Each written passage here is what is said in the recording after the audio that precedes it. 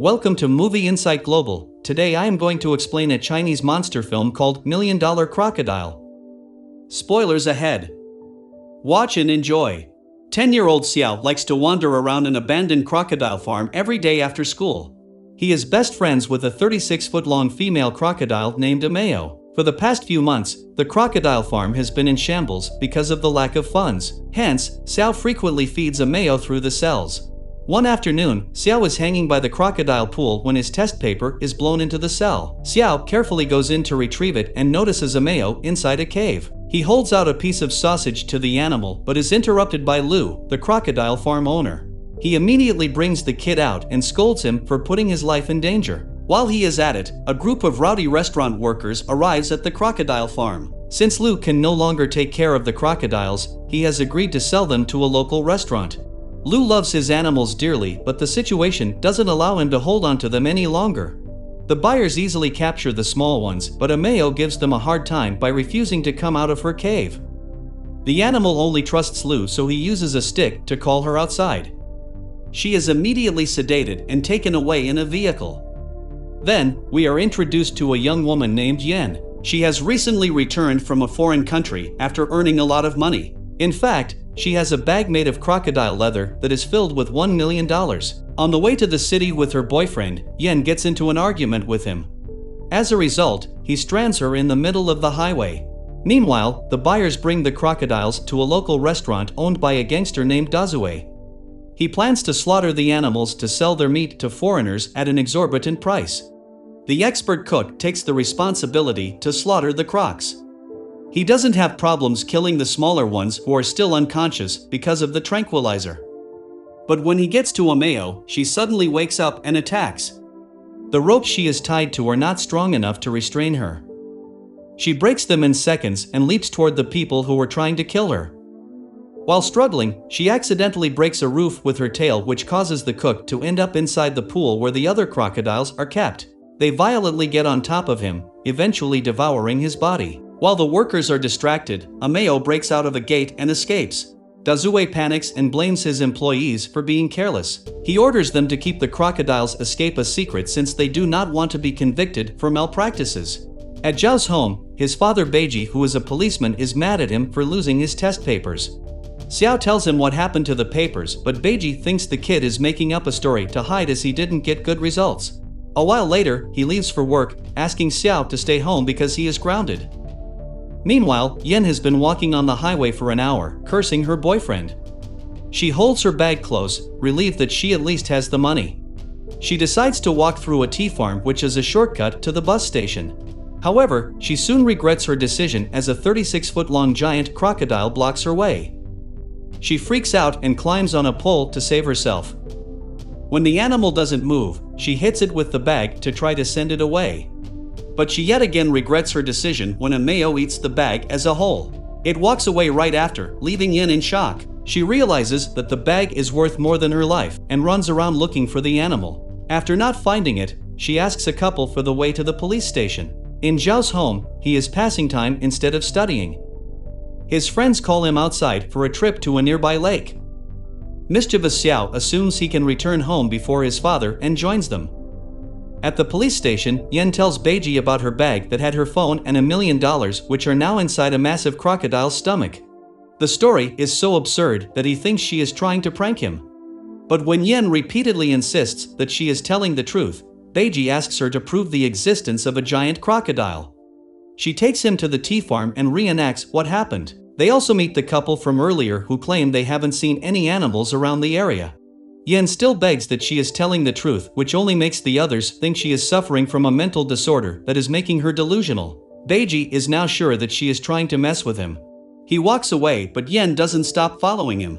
She inquires if there are places in the town that hold crocodiles, which reminds Beiji of the crocodile farm. Seeing that she is desperate, he decides to give her the benefit of the doubt and takes her to the crocodile farm. But it has already been closed forever. Beiji calls Lu to find out that the restaurant owner Dazue owns all the crocodiles. After that, Beiji calls Dazue, who makes his worker lie that all the crocodiles are confined. To Beiji, this confirms that Yan has been bluffing. He asks her to go back to her city and drives away. In the lake, Xiao and his friends are having the time of their lives, unaware that Amao is lurking in the same waters. An alcoholic sees the animal and warns the kids about it, but they think he is joking. A distraught Yen is walking down the street when Beiji approaches her again. He makes her call her phone and the call still goes through.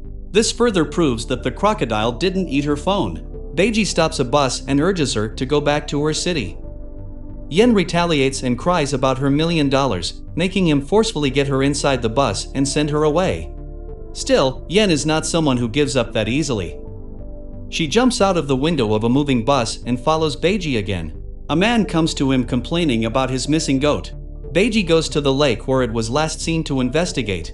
Yen notices blood spreading on the surface of the water. When Beiji jumps inside, he finds the goat's decapitated head. This makes him realize that Yen might have been telling the truth. His home is also near the pond, which means there is a possibility the crocodile might attack his son. He immediately rushes home to see a naked Xiao playing outside. He hugs his son tightly, grateful that he is safe. Yen also arrives there, having followed Beiji. She stays at their home with Xiao, so Beiji can go out and investigate the case further. When it gets dark, Xiao cooks noodles for both of them, unaware that Amao is right outside the house. Meanwhile, Beiji makes a stop at Dazue's restaurant and the broken gates make it clear that they are the reason the crocodile escaped.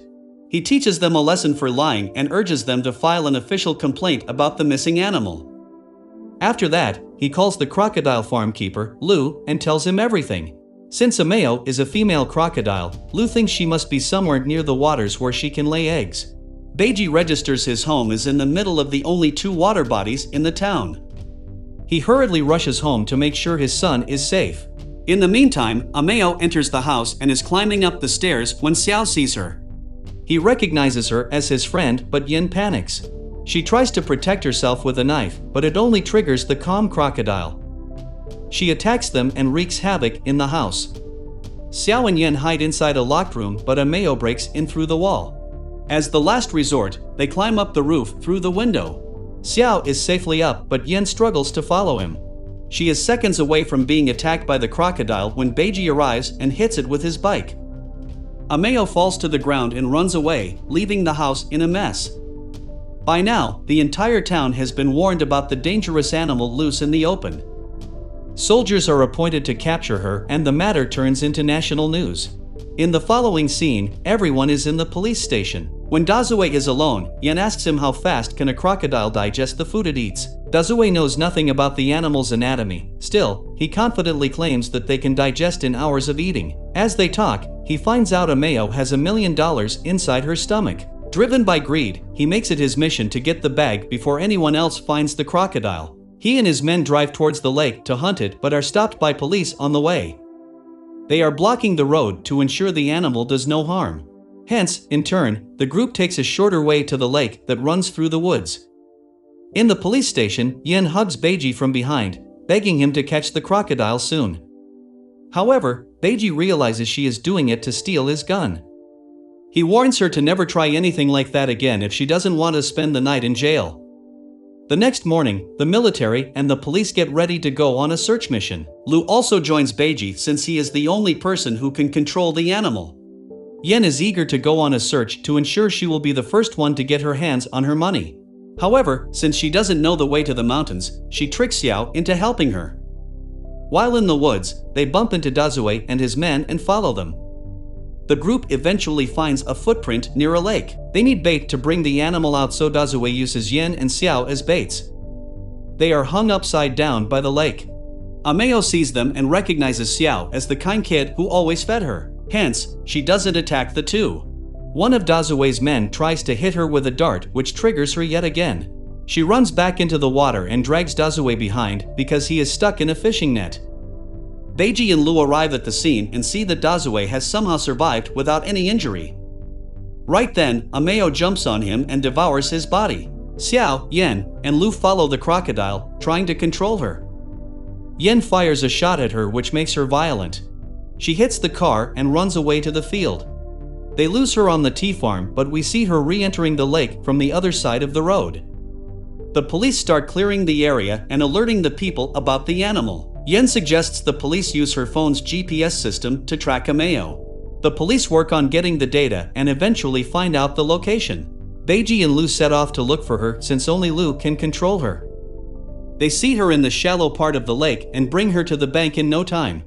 Lu is doing a great job keeping her calm, but that is until one of Dazue's men attacks Amao for killing his boss. This infuriates Amao again and she starts attacking everyone in sight. Lu tries his best to calm her down, but she in turn attacks him as well. As the last resort, Beiji shoots her in the head, which ends her life. At last, we see Amao looking at Lu's dead body with teary eyes. She never wanted to kill anyone, let alone her keeper, but she did what she had to keep herself safe. In the last scene, we see Yen counting the bills she got from Amao's body. They are mostly destroyed, but she doesn't want to give up on them. Somewhere else by the lake, Amao's eggs hatch, giving birth to her offspring. Thanks for watching. Please like, share and subscribe the channel.